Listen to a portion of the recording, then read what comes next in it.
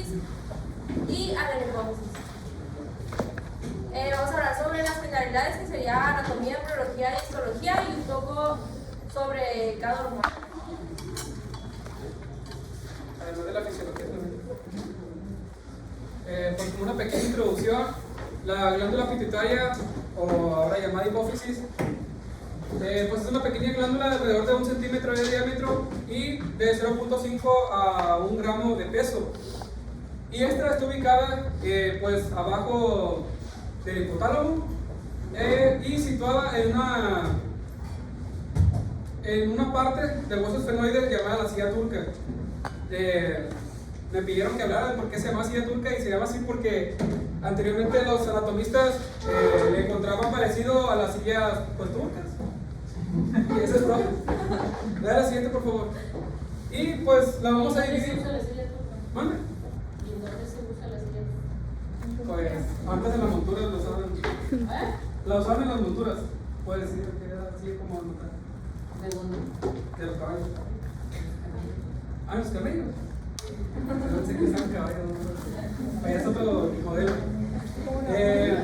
De una perspectiva fisiológica vamos a dividir la hipófisis en una parte anterior y una parte posterior. La parte anterior la vamos a llamar adenopófisis y la posterior pues neurohipófisis. Y entre estas dos partes va a existir una pequeña zona pues, poco vascularizada que se va a denominar la parte intermedia.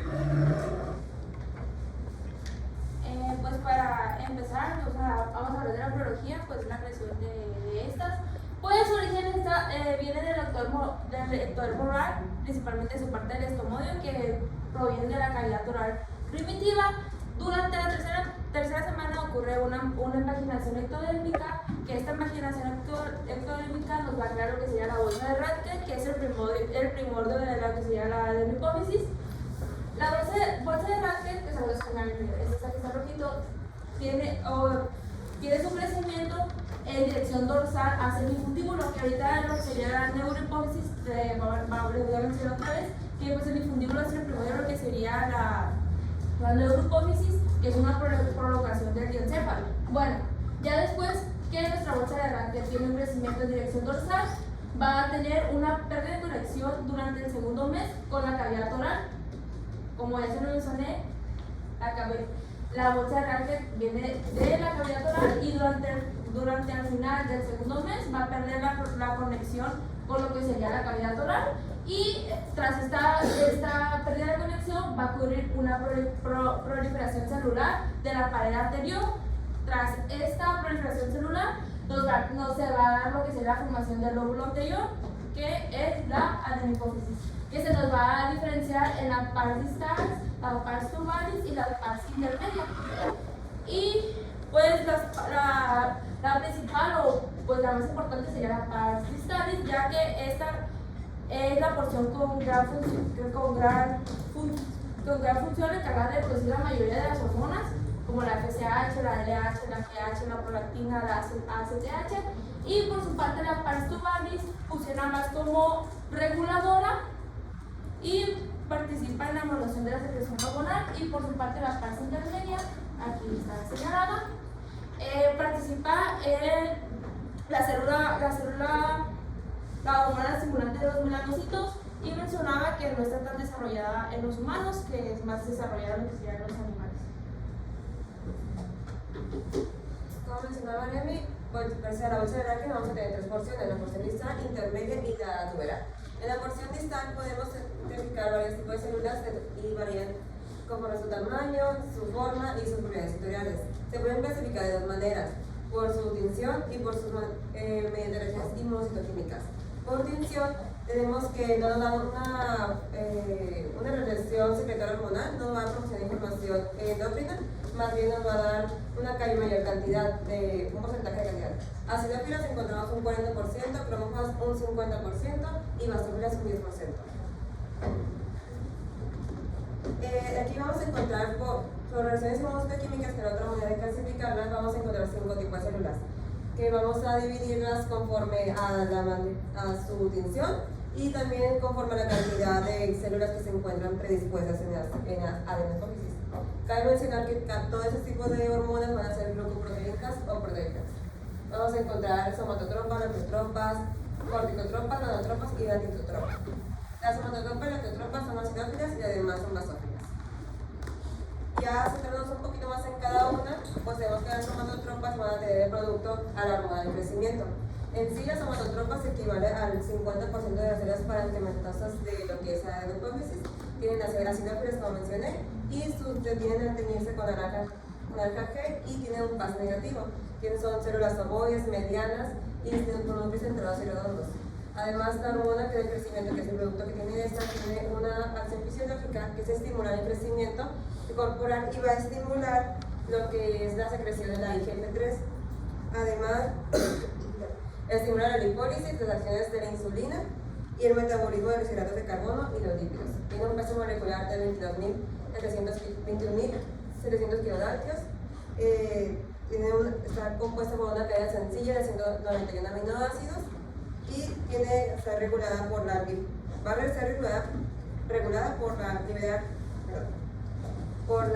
hormona liberadora, la hormona del crecimiento, y está inhibida por la somatotropina. Continuando con las otras células que son acidófilas, que representan entre el 15 al 20%, son las lactotropas.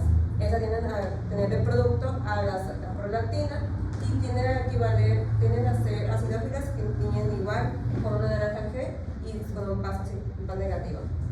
Son células poligonales, grandes y con núcleos ovoides. Su hormona tiende a tener un peso molecular de 22.500 kilodaltos y tiene una cadena única de 199 aminoácidos. Esta institución fisiológica de estimular la producción de leche y además de promover el desarrollo de las glandulas mamarias durante la pubertad. Y también va a estar regulada por la dopamina y inhibida por la hormona de la tiroides.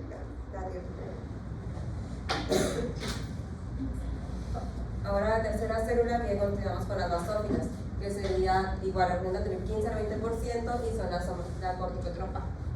Es igual, es célula polidrémica, contiene una forma definida, son medianas con núcleos redondos y excéntricos. Se tienden a tener con hemoglobina lúbrica y tiene un peso regular, la hormona de 400 kilodaltos. Está liberada por la hormona de corticotropina y tiene una cadena sencilla de 39 aminoácidos y va a estimular la generación de glucocorticoides andrógenos por la corteza suprarrenal, manteniendo el tamaño de las zonas fasciculares y reticulares de la corteza. Y ya continuando con las monotropas, vamos a aquí tener dos productos, que pues la levonescente y la progesterona. Aquí la monotropa se equivale al 10% de las células de la hipófisis. Son ovoides pequeñas con núcleos redondos y excéntricos. Esas igual son basófilas, como comentaba, y se tienden a teñir con aldehído-glucosina y aldehído-tionina. Los dos productos que da es la foliculoestimulante y la luteinizante. Está regulada la foliculoestimulante por la hormona del liberador de la hormona del crecimiento, que es la glucoproteína de 2 unidades. Esta tiene solamente una diferencia de 2 aminoácidos, donde las 2 unidades son una beta y una alfa. La beta son igual, son de 89 aminoácidos, y la beta de 112 en la luteinizante y en la foliculoestimulante y la luteinizante 115.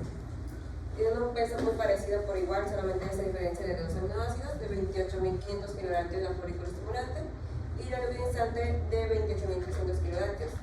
La acción fisiológica de ambos va a depender, pues la foliculoestimulante va a estimular el desarrollo de los folículos ováricos en mujeres y la luteinizante les induce a la ovulación y la formación del cuerpo lúteo. Mientras que en hombres va a estimular la producción testicular de testosterona, la luteinizante, y la foliculoestimulante va a regular el espermatozoide. Y ya por último las gatitotropas, que vienen a representar solamente el 5% de las células, son basófilas, se tienden a tener con aldehído-fucosina y aldehído-tironina. Tienen un PAS positivos y son poligonales, grandes y con núcleos redondos y excéntricos. Están reguladas por la hormona la hormona liberada de corticotropina y tiene una composición química de 2 unidades, una alfa de 39 aminoácidos y una beta de 112 aminoácidos.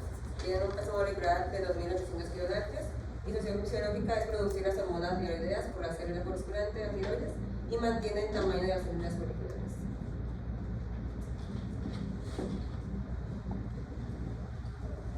Y ya continuando con la porción intermedia y tuberal. La porción intermedia, esas células son basófilas, formosas y se conocen una función, no se tiene una función en sí de las células de porción de los humanos. Y la porción tuberal es una región mucho más vascularizada, contiene la vena del sistema hipotalámico provisorio. Ya en anato se explica bien cómo va, dónde pasan. Las células dispuestas en colones pequeños ubicados muy cerca de los vasos sanguíneos, y los niños son dispersos en células que frecuencian para desarrollar una inmunoreactividad por la CT y la antihipertensión. Y pues vamos a pasar a la anatomía. Ya vimos el desarrollo y también lo micro de la hipófisis. De la hipófisis que estamos viendo ahorita, primero el lóbulo anterior. Pues pasamos a lo macro. Como ya mencionó anteriormente mis compañeros y dos compañeras, vamos a tener que la hipófisis va a estar distribuida en tres partes: una porción distal, una porción tuberal y una porción intermedia. Como mencionaron mis compañeras, la porción distal pues va a ser el motor endocrino de la hipófisis. La porción tuberal pues solamente va a servir de conexión y para el progreso de los vasos que van a nutrir y también que van a nutrir esta parte. Y la porción intermedia, que pues esta va a ser la zona entre la hipófisis posterior y la pars distalis, la porción distal, que va a contener células grandes y pálidas con folículos coloidales.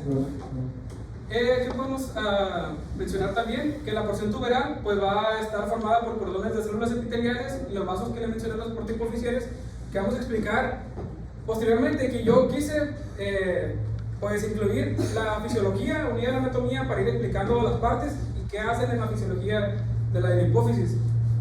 Dale, siguiente, por favor. Otra vez. Pues primero hay que mencionar, como introducción que ya vimos anteriormente, el hipotálamo va a controlar la hipófisis. ¿Cómo? Ya que la secreción hipoficiaria va a estar controlada pues, por hormonas o factores de liberación o de inhibición de pues, la producción de hormonas, ya que recordemos que ¿a qué le suena la de la hipófisis? ¿A almacenamiento o a producción? A producción.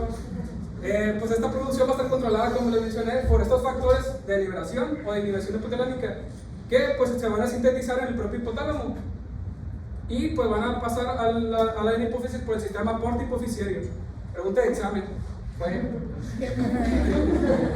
Versión 4. Posee neuronas. El hipotálamo posee neuronas que van a sintetizar y secretar estas hormonas. Ya les mencioné, liberadores y inhibidores. Ahora con más ganas voy a hacer otra versión. Y pues estas neuronas se van a originar en diferentes regiones del hipotálamo, ¿no? Pero van a enviar sus fibras nerviosas hacia la eminencia media y el tuber cinero, que lo pueden ver aquí. Es esta parte de abajito del hipotálamo, y que es una prolongación del tejido hipotalámico en el tallo hipoficiario. El tallo hipoficiario es lo que vimos que unía el hipotálamo a la hipófisis. Y a diferencia de otras terminaciones nerviosas del sistema nervioso central, no van a transmitir impulsos a otra neurona, sino que van a liberar hormonas hacia el líquido tisular. Ya vimos, de señales nerviosas a señales hormonales. A la siguiente, por favor. Entonces vimos que iba a haber una comunicación por el sistema porta-hipotálamo hipoficiario, lo cual va a permitir que el hipotálamo controle la hipófisis mediante hormonas transportadas por la sangre, y pues va a evitar la necesidad de una inervación directa importante, y pues va a formar una parte principal en la irrigación, ya vimos, de la hipófisis. ¿De dónde comienza este sistema porta-hipotalámico hipoficiario? Esto comienza en la parte inferior del hipotálamo, específicamente en la eminencia media. Ahí está señalado, que está conectada con el tallo hipoficiario. Y aquí, pequeñas arterias hipoficiales superiores van a llegar a esta región y van a formar una red de capilares que se llama plexo capilar primario. Creo que esa era otra pregunta. En este plexo capilar primario, las neuronas del hipotálamo van a liberar las hormonas reguladoras. Ya vimos que o pro o en contra, aquí la van a liberar. Desde este primer plexo capilar, la sangre, no va a la circulación general, sino que pues de este lugar van a salir vasos portohipotalámicos hipoficiarios que van a descender, y pues esto permite a las hormonas, esta es la parte fisiológica, esto permite que las hormonas hipotalámicas lleguen directamente a la hipófisis y no se vayan sin diluirse la circulación sistémica, tienen un camino libre.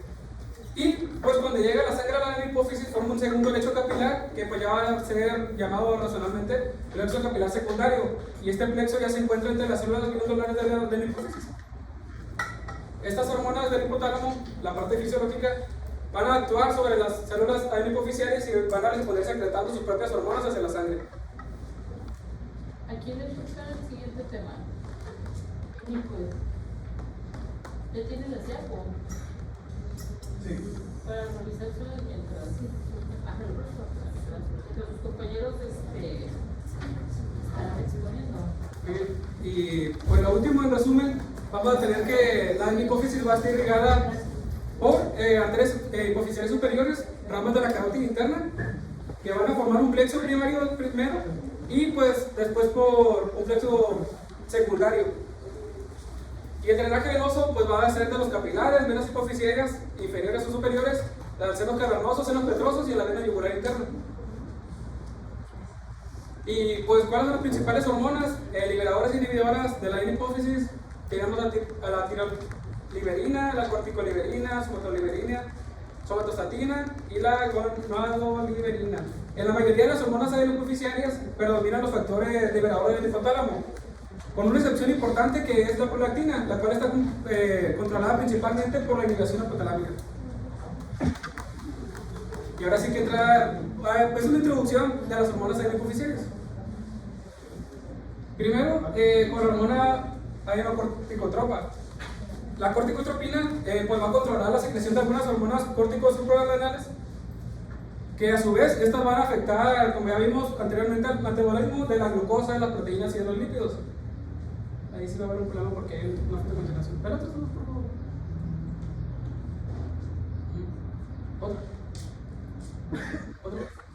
Otro. Ahí está. La ACTH es la más alta en el periodo neonatal. Sabemos que por el nacimiento activa intensamente al eje hipotálamo hipófisis suprarrenal debido a la inmadurez de la retroalimentación negativa. Y pues por esto se van a mantener niveles elevados para facilitar la adaptación del recién nacido. Además, en este periodo, esta se va a elevar principalmente en situaciones de estrés, hipoglucemia, infecciones y durante su pico circadiano matutino. Y aquí yo les quise, bueno, a todos les vamos a poner una tabla donde comparamos los niveles de esta hormona en picogramos por mililitro en infantes, en niños, adultos y ancianos, y comparándolo en mujeres y hombres.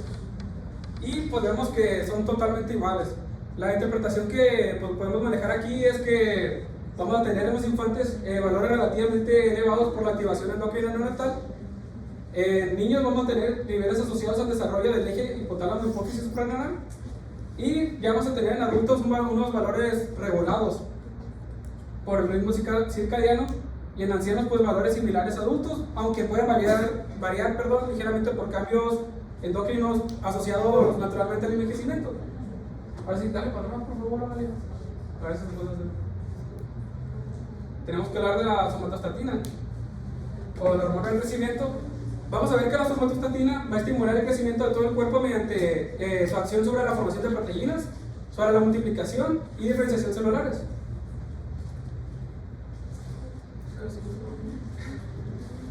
Esta hormona del crecimiento va a alcanzar su pico más alto durante la pubertad y se secreta principalmente en pulsos, siendo el más importante durante el sueño profundo. Otra pregunta de examen.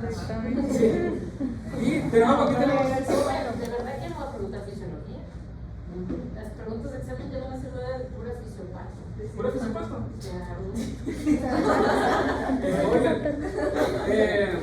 Pues de nuevo aquí tenemos la GH por etapas de la vida, en infantes, en niños, adultos y ancianos, siendo que naturalmente vamos a tener niveles elevados debido al rápido crecimiento y desarrollo neonatal en infantes.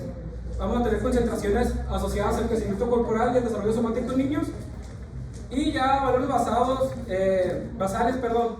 debido a la secreción pulsátil.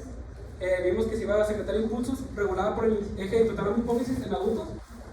Y ya, de nuevo, en ancianos podemos tener una disminución progresiva de la secreción de la GH llamada somatopausia, debido al envejecimiento endocrino. La prolactina, pues como se había mostrado, está inhibida solamente por la dopamina. Tiene diferentes picos y ritmos. Esta hormona como tal va a regular, a promover el desarrollo de hormonas mamarias durante la pubertad y durante el embarazo también. Está regulada simplemente inhibida por la dopamina y tiene picos distintos durante el ritmo circadiano y durante el ciclo menstrual. En el ritmo circadiano, el pico máximo es en las horas del sueño, entre las 2 y 6 am, y tiene que elevarse entre 4 a 6 nanogramos sobre mililitro, mayormente a la normal, y en el exceso que de nadie tiende a ser durante el mediodía, entre las 4 y 6 de la tarde. En el ciclo menstrual, en mujeres que no están embarazadas tienden a variar levemente según si es la fase folicular o el pico ovulatorio. En el inicio del ciclo los niveles suelen ser más bajos y en el pico ovulatorio hay un ligero aumento debido a la influencia de los estrógenos y también de la progesterona, alcanzando su punto máximo justo antes de la menstruación. En el embarazo y la lactancia, pues hay grandes picos en estas etapas con los cambios más drásticos. En el embarazo, los niveles suben desde el primer trimestre, alcanzando un pico de 200 a 500 nanogramos sobre mililitros al final de la gestación, siendo lo normal en adultos y mujeres entre 3 a 27 nanogramos, o sea que sí es un pico bastante alto. Y durante la lactancia, los picos agudos, dado que la prolactina se estimula por la succión del pezón, y tienden a haber un aumento, y tiende que aumentar y durante 45 a 60 minutos y luego tiende a bajar alrededor de la hora. Tienden a haber un aumento entre 80 a 400 nanogramos sobre mililitros, siendo lo normal, como mencionaban mujeres, entre 3 a 27. Igual la tablita que está representando cada hormona por etapas de la vida en infantes, niños y adultos y ancianos, entre mujeres y hombres. Ahora vamos a pasar lo que se llaman las gonadotropinas, la FSH y la LH. Pues ambas tienen funciones ováricas, ya sea hormonal o esterogénica y germinal o gametogénica. Están bajo el control de las gonadotropinas y son hormonas hipofisarias gonadotrópicas estimulantes de las gonadas, que se conocen como hormona folículo estimulante y hormona luteinizante. Pues vamos a iniciar primero con la hormona luteinizante, que regula la maduración final del folículo ovárico, la ovulación y la formación del cuerpo lúteo y estimula la secreción de esteroides por el folículo y el cuerpo lúteo. Y en los hombres su función es para el mantenimiento de las células de Leydig, células intersticiales del testículo, para que éstas secreten andrógenos. Y pues la LH sérica, por diferentes etapas de la vida, pues la vamos a tener en miliunidades internacionales por mililitro. En niños vamos a tener en niños, hombres y mujeres vamos a tener que estar de 0.3 en ambas, porque el eje reproductivo es inactivo. En los adultos, en la mujer es donde tiene mayor funcionamiento o tiene el pico más alto en la fase ovulatoria, que tenemos que es de 17 a 77. Y también en la fase folicular está que la LH se encuentra de 1.1 a 11.6 y en la fase lútea está de 14.7 y en hombres es de 5.5 a 9, pues porque ya está en función del eje reproductivo. Y en los ancianos, pues vamos a tener que las mujeres está de 16 a 64 y en los hombres de 3 a 15, pues en las mujeres está muy alto dado a lo que sería pues la menopausia, ya que está suprimido el eje,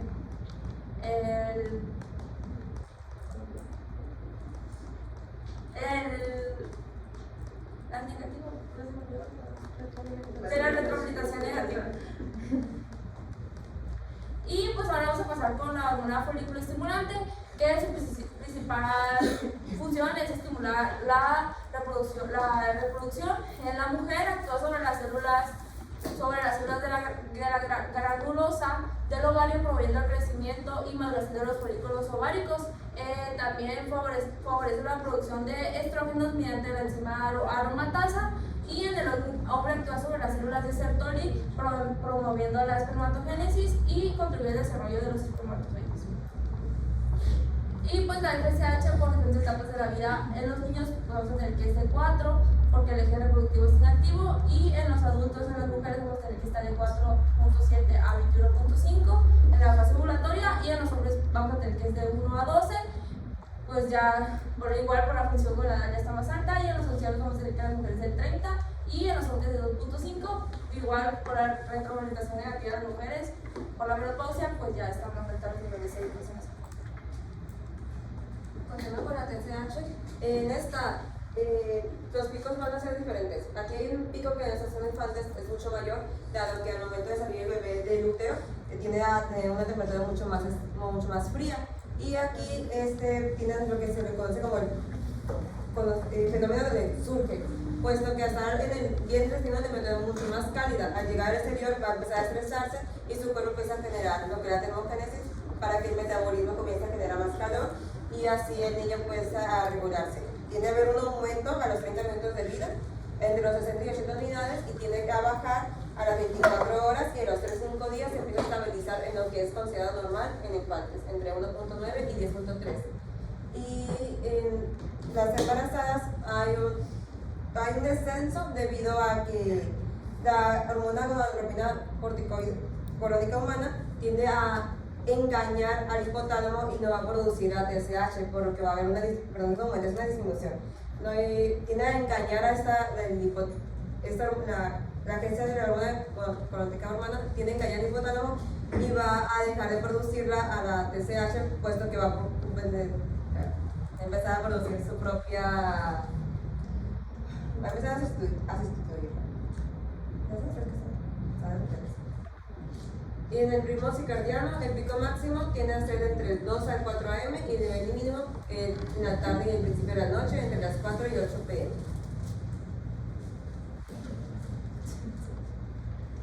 Pues ahora vamos a pasar con la neurohipófisis, vamos a iniciar con lo que sería igual con la embriología, y aquí vamos a tener que como ya les dije, se deriva de una prolongación del diencéfalo, que ese es su origen.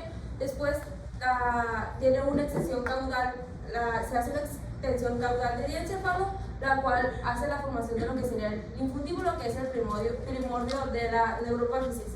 Después el infundíbulo tiene un crecimiento hacia la bosa de Radke, como ya se lo mencioné igual, y tiene el infundíbulo tiene una diferenciación, lo cual da la formación de estructuras de la neurohipófisis, lo que sería el tallo epifisiario, y la paz nervosa, que es el lóbulo posterior, y pues su composición final sería las células de la neuroglia y fibras nerviosas provenientes del hipotálamo. Aquí la neurohipófisis está dividida en los peticitos y los axones. Las peticiones son células de sostén principalmente, es la única célula específica del lóbulo posterior de la hipófisis, y su estructura celular es una formación irregular con varias ramificaciones. Los núcleos son redondos y ovoides. Los citoplasmas con vesículas pigmentados y filamentos intermedios específicos, como las proteínas ácidas, fibrilares y virales. Aquí las neurohipófisis, sus acciones farmacológicos provienen de las neuronas neurosecretoras del hipotálamo. Son más ubicados en los núcleos supraópticos y paraventricular. Contienen vesículas de secreción en toda la parte de la neurona. Las vesículas de neurosecreción, delimitadas por membranas, se agrupan para formar los cuerpos de Henle, que es donde se van a almacenar las hormonas. Ahora sí, ya casi para terminar, hay que ver la anatomía. Como vimos anteriormente, la neurohipófisis va a estar conformada por pituicitos, que hemos anteriormente mencionado por Paulina, que estos van a ser un tipo de célula glial, y estos se van a encontrar dentro de una masa de neuronas semilínicas que también mencionó, y esta se divide en dos partes: una porción nerviosa, que vendría siendo todo esto, aquí está la imagen, una porción nerviosa, y el fundíbulo o tallo hipofisiario, que vemos que este sí tiene una parte del tallo hipofisiario que lo conforma. El infundíbulo o tallo hipofisiario va a conectar a la hipófisis posterior con el hipotálamo y va a contener acciones amielínicos que mencioné anteriormente de células neurosecretoras, los celulares, que se van a originar en el hipotálamo y se dirigen a la porción nerviosa. Vamos a ver, y voy a poner una comparación, pues no sé, que se la pueden imaginar todos, que estamos en un cerro, que hay un río para abajo, pero que a un lado de ese río va a haber como pues tubería, y arriba del cerro está el hipotálamo y quiere comunicarse con la gente que está abajo. Entonces la hipófisis lo que hace es comunicarse, póngale que va a soltar un plato, lo va a soltar por el río, mientras que la neurohipófisis lo va a aventar por esa tubería. ¿Por qué? Porque aquí vamos a tener acciones amielínicos que pues como vimos, van a ser las células neurosecretoras, no celulares, mientras que en la hipófisis pues solamente se va a soltar el líquido intersticial para que se vaya por el sistema que porta, bueno, el hipotalamo hipofisiario. Bueno, dale el siguiente por favor. A lo largo de toda la hipófisis, no hay producto de exámenes. Fue el cerro y los platos, A lo largo de toda la peripófisis se va a extender a un lecho capilar irrigado por la rama descendente de la arteria hipoficiaria y la arteria hipoficiaria inferior, proveniente de la carótida interna, como vimos anteriormente. Vamos a ver un poquito de irrigación para ver después la fisiología. Y pues este lecho capilar va a ser drenado por la vena hipoficiaria, que tributa también hacia los senos venosos de los ramales. Ahora sí, de lleno a la fisiología. Como vimos anteriormente, o recapitulando, se van a componer principalmente de células similares a las mieles, denominadas pitocitos. Estas no van a secretar las hormonas, sino que van a construir una estructura de sostén. Y para las fibras nerviosas terminales que vimos anteriormente, y en las terminaciones nerviosas de las vías procedentes de los núcleos supraópticos y paraventricular del hipotálamo. Estas vías van a acceder a la neurohipófisis a través del tallo hipoficiario. Otra vez vimos el puente que hay.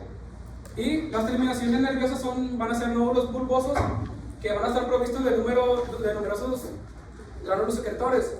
Estas terminaciones van a reposar sobre la superficie de los capilares hacia los que secretan dos hormonas neurohipociarias, que son la oxitocina y la vasopresina. Estas hormonas se van a sintetizar inicialmente en los cuerpos celulares de los núcleos supraóptico y paraventricular. La oxitocina pues va a tener mayor predisposición por el núcleo paraventricular y la vasopresina por el supraóptico. Creo que podrían producir un montón de oxitocina, pero hasta una tercera parte de la vasopresina y así del otro lado. Estas, como vimos, se van a secretar en el hipotálamo, en estos núcleos que vimos supraóptico y paraventricular, y se van a transportar en combinación con proteínas transportadoras.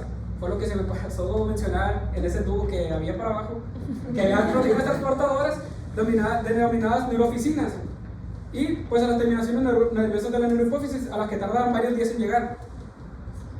Y estas se van a almacenar en dilataciones axónicas llamadas cuerpos de Henry. Una vez almacenadas, su liberación ocurre cuando se transmiten impulsos nerviosos a lo largo de las fibras desde los núcleos, y los núcleos secretorios de las terminaciones nerviosas liberan de inmediato la hormona por medio de exocitosis, y pues ya esta hormona va a penetrar los capilares adyacentes. Y eso es todo. Pues para, no.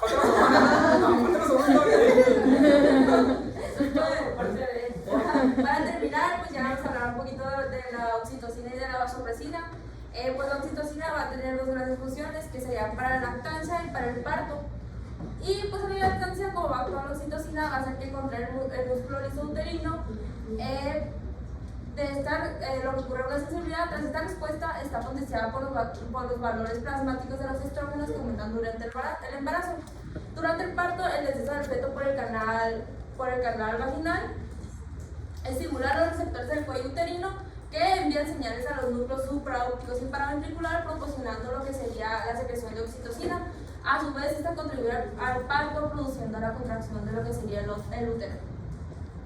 Y por su parte, pues en la lactancia lo que hace la oxitocina es que contrae las células miopiteliales de los alvéolos de la mama, lo que impulsa la leche desde los alvéolos hasta el conducto para que pueda obtenerla al succionar. La succión determina la estimulación refleja de las células neuroendocrinas de los núcleos supraóptico y paraventricular que contiene oxitocina. La secreción de esta está desde la neurohipófisis. Después la oxitocina circulante hace que las células miopiteliales se contraigan y expulsen la leche. Al igual de las que había mencionado Paulina, es una secreción de lo que sería expulsante, al igual de circadiana, como ya lo mencioné Paulina ahorita. Bueno, y aquí tenemos la tabla de la que sería oxitocina por diferentes etapas de la vida.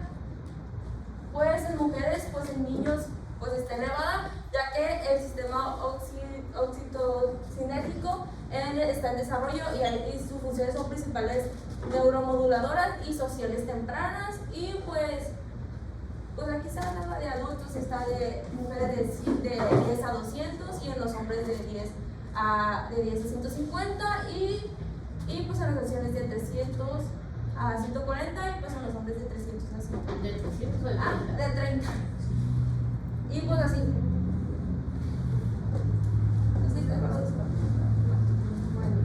Ok, pero no entendí todo. En oxitocina, regrésese.